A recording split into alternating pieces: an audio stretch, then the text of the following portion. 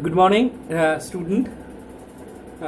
This is the first time I comes through non-personal mode of communication as far as the teaching is concerned. This is not the way that I have taught ever in my previous year. In these 10 years, this is the first time I have to do it because of the special circumstances that our country goes through. This video is made for the MBA 4th SEM. And now onwards, we are going to take our classes by this way because we don't know kab college khulega, kab we are taking our regular classes. So it's my earnest request to all MBA 4th SEM student, please check out these particular videos. If you have any queries, if you want to have any questions, if you want any notes on the basis of our WhatsApp group, you can communicate, and every day 1 hour lecture I will upload in this particular group. As far as the syllabus is concerned, we have already talked about the unit 1 of sales and distribution management. Unit 1 talks about the basic, little bit of recap. Definition, meaning, objective, sales research, sales forecasting method that we are talking about, like correlation, regression, exponential, soothing. We also discuss what exactly meaning of a sales management, recruiting, selecting the workforce, motivate them to make the personal selling. We also try to understand the different sales planning method. We try to understand the different corrective stage of sales management, that is comes under unit 1. And after the last class that we have taken 13th of March and 18th of the March, we are starting the unit 2. And as far as the unit 2 is concerned, we have talked about the need of sales organization. We try to understand what exactly the role of a sales organization. We try to understand what is the need of sales organization. And subsequently, we try to understand what are the sales organization structure. Structure, by saying, we mean to say the line structure, the staff structure. And line structure or structure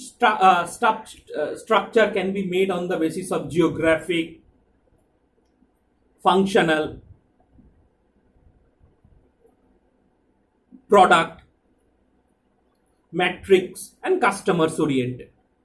These are the perspective. On the basis of that, we can create the line or staff structure.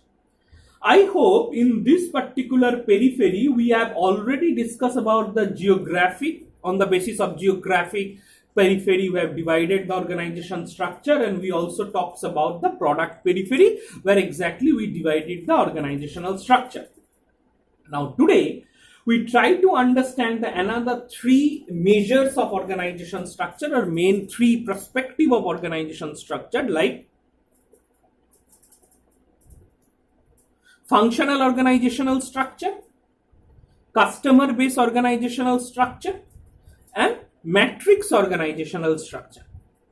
Now, if you comes at first, we talk about the functional organizational structure. What exactly means by saying a functional organizational structure?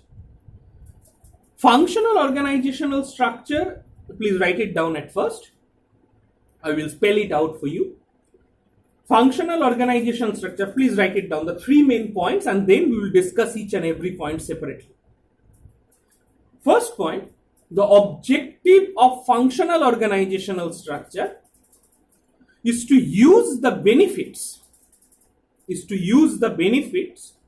of specialized people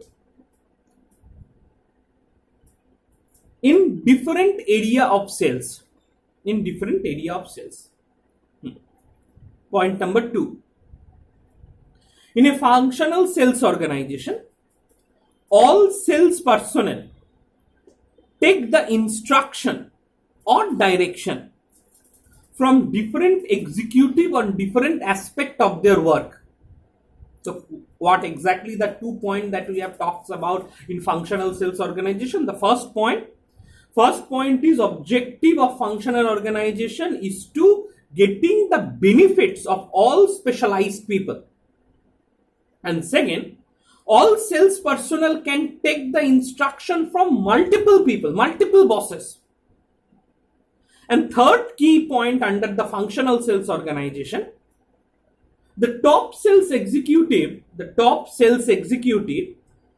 has coordinating responsibility in respect of action of functional head.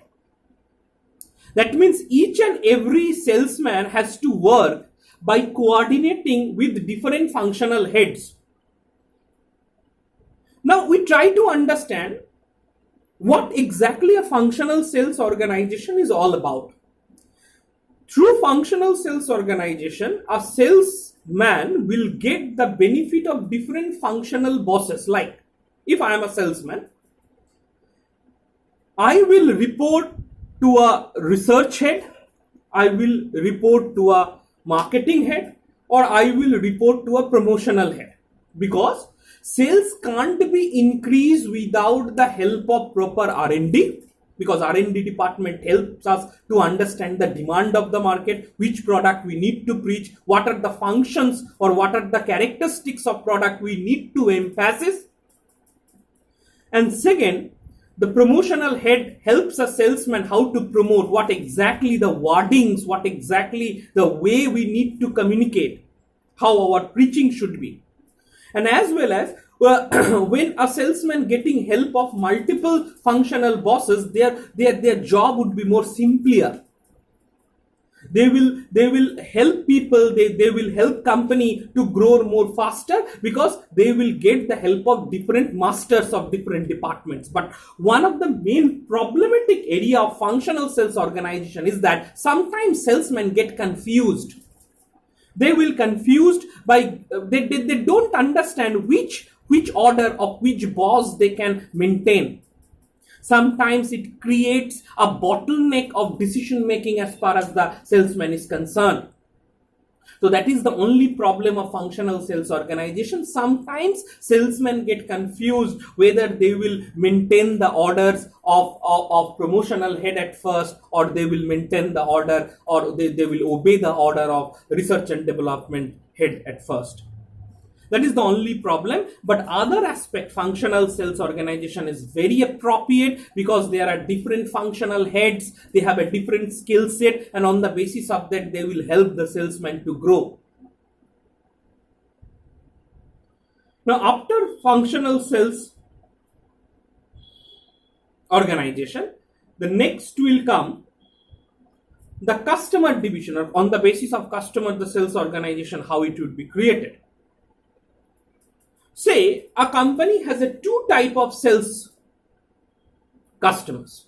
One is industrial, that is B2B, and one type of customer is called B2C.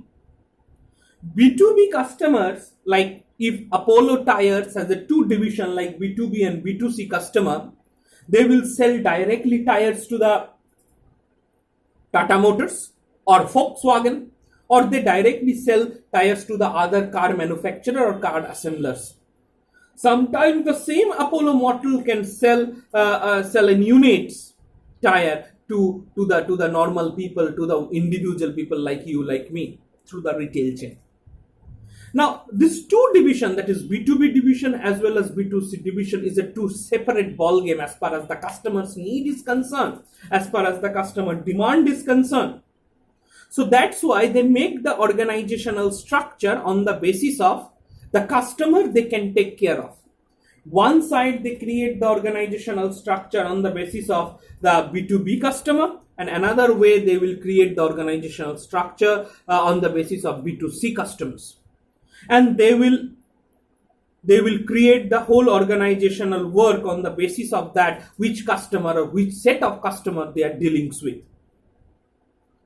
So this is the organizational structure on the basis of customers that organization faces. Please write it down, the 2 points over here. It is very important to remember.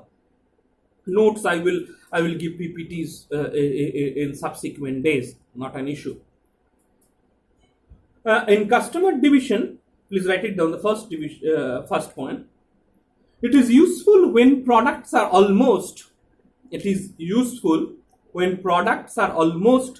identical, but customers' problem, their requirements, purchase pattern are different. That means what I says, customer division or customer organizational structure only be seen for those organizations where it is found that organization has almost identical products, but customers that they deals with have a different problems, different requirements, and purchase patterns are also different. The first point. The second point, customer oriented sales force, when some organization is created, they should take care. The structure should be consistent. The structure should be consistent with the marketing concept, with its increased emphasis on customer satisfaction. That means we will only create customers oriented organizational structure to provide uttermost satisfaction to the customers or different set of customers that an organization have. Understood? These 2 points you need to remember as far as the customer basis organization structure is concerned. So as far as the organization structure is concerned, we will discuss the first one, line and staff organization structure. In a line and staff organization structure, there are 2 types of organization structure that we discuss. Line organization structure, where order comes at the top and penetrate up to the bottom. It's a top-down methodology of the organization structure, whereas staff organization structure, where people are the same hierarchy, they are not issuing the orders, they are only issuing the recommendations. Then we talks about the 4 perspective. On the basis of that, this line and staff organization has been made. And the first thing we discuss about the product. The first factor is product. On the basis of the product, we can create the line and staff organization structure. We said we only created product, or we only take the product as a factor to build the line and staff organization if organization has a complex as well as different varieties of the product they are selling in the market. So on the basis of product, they will create the organizational structure. And the main problem of this organization structure is that here the same post or the same structure can be copied. That is what exactly the administrative cost of an organization may increase. The second, it will come as a after product, it will come geography organization structure, where organization create such kind of organizational structure on the basis of that how much penetration, how much people they want to target. If you increase the target base, if you increase the more number of customer, go for geographic division, because in this way you can touch or you can reach maximum number of people. Here we can create the territory and we increase the territory, and on the basis of that we can reaching more number of people. Through this, we can understand people's need, we can understand the local problem, we can give the customer satisfaction to the local area or the local people more convenient way. And geographic divisions of organization structure help us to retain the customer base for long. And second, that we will discuss today as far as the organization structure is concerned, the customer basis, where we understand where the product are identical. Still, we have a different set of customers like B2B and B2C, where their requirements are different, their purchase patterns are different. To provide the satisfaction to each and every segment of my customers, we can make the customer division of organization structure, or we can create the organization structure on the basis of customer base. And another that we are talking about as far as the organization structure is concerned is function organization structure. On the basis of function organization structure, we have said such way of organization structure allocate the different functional bosses to a single salesman. Like a salesman can report parallelly different bosses. Like number one, he can report to the R&D bosses. The same salesman can report to the PR boss or public relation boss. He can report to the sales promotion boss or the promotional head. That means a salesman can report three different functional heads at one go. The main benefit a salesman can get the skill support of different people at one particular point of time. When they are getting the skill support of three different people, obviously their work of selling, their process of selling, their techniques of selling can be increased. Whereas the main problem of this way of organization structure is that they can handle multiple bosses. When I'm handling the multiple bosses, then it is obviously there is a problem like ego clash. There is a problem like that prioritize which order should be maintained at first, or which order should be maintained at which hierarchy, or which way. That is the only problem as far as the ego clash is concerned, as far as the functional sales organization. Now, last factor of sales organization is called matrix sales organization. Matrix sales organization is not something, a different concept. We can say an organization when they maintained or they can help of multiple factors in to make their organization structure. Like an organization can use functional organization structure, product organization structure, geographical organization structure, or customer organization structure. In their, they all use all the factors to create their structure. If they are using all these four factors or all these three factors in one organization structure or making one organization structure, then we can say this organization structure is a matrix organization structure. I don't have the board. It's really sorry for me because I'm very comfortable of writing in the boards, but here in house I don't have the board, so that's why it's a little bit problematic for me and you also. But I try my best, and I hope my dear students also help me and cooperate by giving what are the things that I need to improve to make such kinds of videos, because I don't have other option, my dear students. Because classes has been suspended, we need to work on, because you are in the fourth sem, campusing is hitting. I can't sit idle in the house only to wait. The situation should be good, and then again the classes will be remain bad.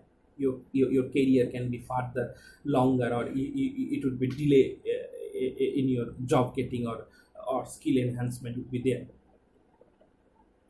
Now, one thing you should be remember in this aspect is that here we are discussing the need for organization structure. We try to understand what are the different types of organization structure. We also discuss what are the different factors that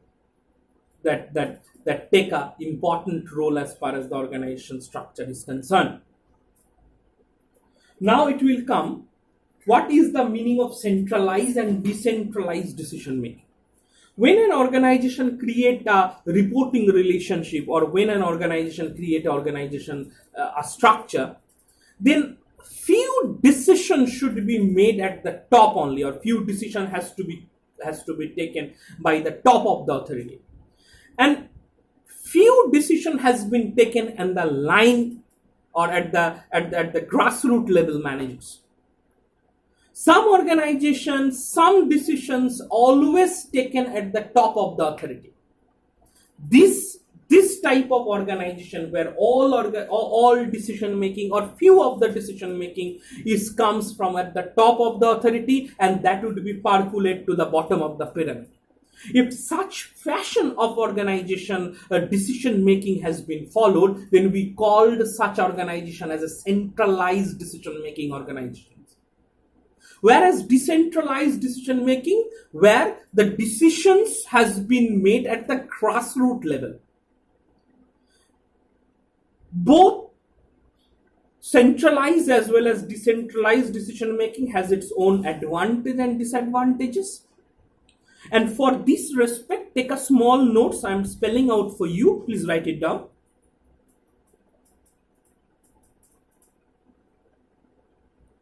The advantage of decentralization is number one,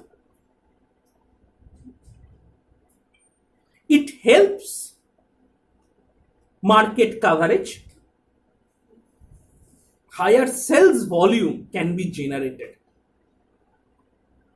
Number two, greater freedom of decision making. Greater freedom of decision making to the grassroots managers, and that increase their motivation level.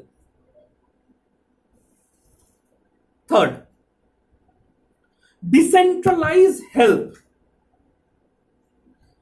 effective control, supervision, interaction to the salesmen who are working at the base level or ground level. Fourth, it helps, when decentralization helps improve customer service, reduce travel cost and time, and it also helps quicker way to fix the local problem. Understood? These are the benefit of decentralization, where decision making has been done in a grassroots level. Whereas centralization, where decision is made at the top of the authority, and that decision would be percolated to the ground level. Here, some advantage and disadvantage associated, like number one, centralization of decision making help reduce the administrative cost. Number one. Number two, it helps in training, recruit, and compensation plan would be more important or more prominent if decision making is made on the centralized way. So up to this we have talked about need of organization, sales organization, their structure, what is centralized, what is decentralization. Now the next three part will be remain as far as the sales unit 2 is concerned. What is these three parts? The first thing after that we will discuss characteristics of a successful salesman, the number one topic. Number two, planning for major sales budget, number two. Number three, sales manager functions and responsibilities.